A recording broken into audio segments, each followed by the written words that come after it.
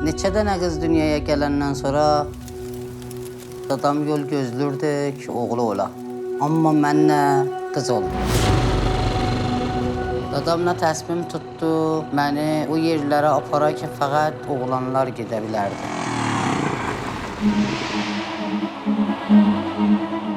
Sağ sen geldiler şour olurlar. Sen gelsen şour olsan senin rengin çok olur.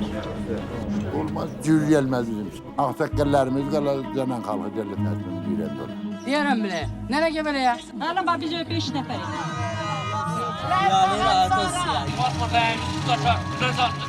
Acar mənə zəyin burada məhvub səhərə şour şey. Nə məşqdir?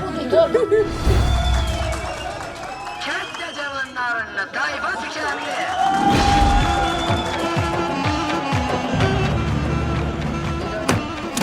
Sanki bizim köyde bir ata babadan vardı. Hayatın senatı yarısın buraya yazarlı getiriyor onu kontrol eden. این شما خودتون رو در این حد ببینید که میخواید دکتر بشید، میخواید معلم بشید، میخواید مهندس بشید. حاضرین همتون دیگه؟ Hamımız zərengiz. Hamımız başara bildik. Hamının elinden gelir. Anlaşa bucu bağla, o.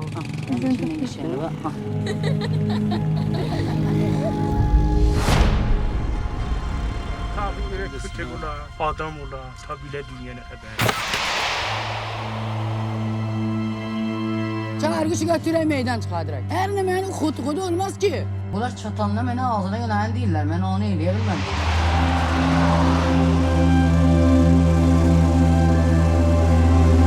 Müjdenin namı gəlib sənə dadgahda.